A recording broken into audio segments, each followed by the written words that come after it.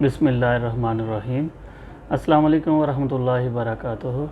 Licence پی کے ساتھ میں حاضر ہوں آپ کی خدمت میں۔ کمنٹس میں کافی دوستوں نے مجھ سے پوچھا ہے کہ اگر بندہ فیل ہو جائے تو پھر کیا کرنا ہے، تو اس کے بارے میں آپ کو بتاتا چلوں کہ لرنر کے بعد فائل پروسیسنگ کے بعد جب آپ ٹیسٹ کے لیے جاتے ہیں، اللہ نہ کرے خدا نہ خواستہ آپ فیل ہو جاتے ہیں، تو اس میں پریشان ہونے والی گھبرانے والی کوئی بات نہیں۔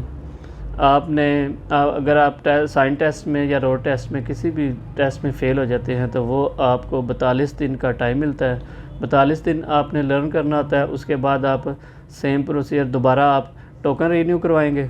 فائل وغیرہ نہیں جمع کرنی، صرف آپ نے ٹوکن رینیو کروانا ہے آفس سے اور ٹیسٹ کے لیے شامل ہو جانا ہے۔